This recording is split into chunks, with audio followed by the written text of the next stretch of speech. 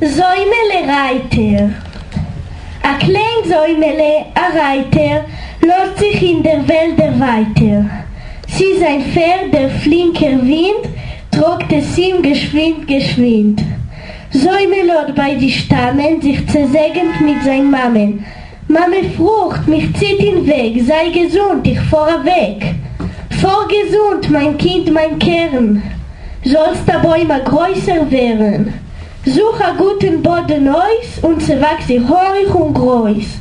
Reit klein Säumele der Reiter, trug der Wind ihm weit und weiter, führt ihn zum gewünschten Ort und wird absitzen ihm dort.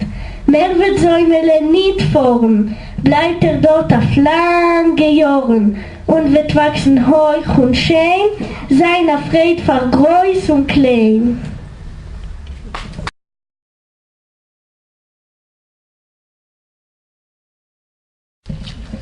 Die kranke Cherbache, überlasse wegen flache Krier, die große Cherbache, och, Chopko, und also die ganze Woche ist ihr Fuß in Samen mitten von scharfen Steinen zerschnitten, och, Chopko, oder so die ganze Woche.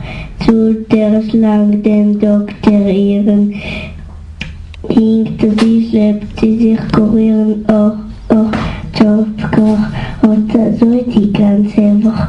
Kehrt sie zu die Schlangen heilen, will ihr kranken Fuß verheilen, och, Chopko, oder so die ganze Woche.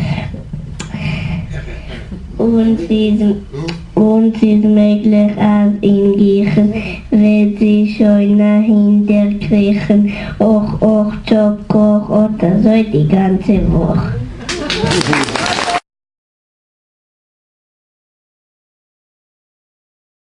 Meine Mami.